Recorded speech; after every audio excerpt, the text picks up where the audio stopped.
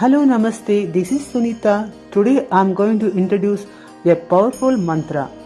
If any of your valuable items are stolen, lost, or misplaced, then recite or listen this mantra.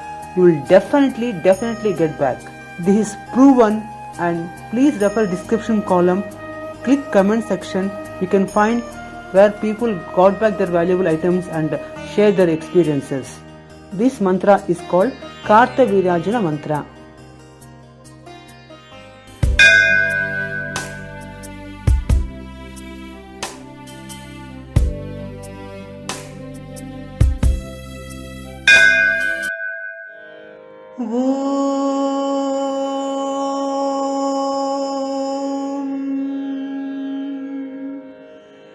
कार्तवीर्यार्जुनो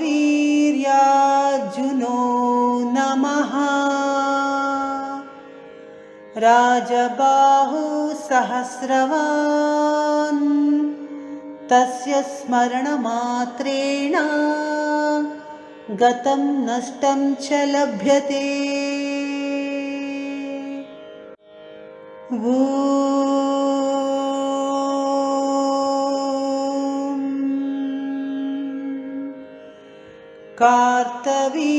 कार्तवीर्यार्जुनो नमः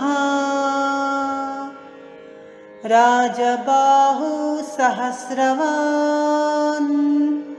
तस्य स्मरणमात्रेण गतं नष्टं च लभ्यते।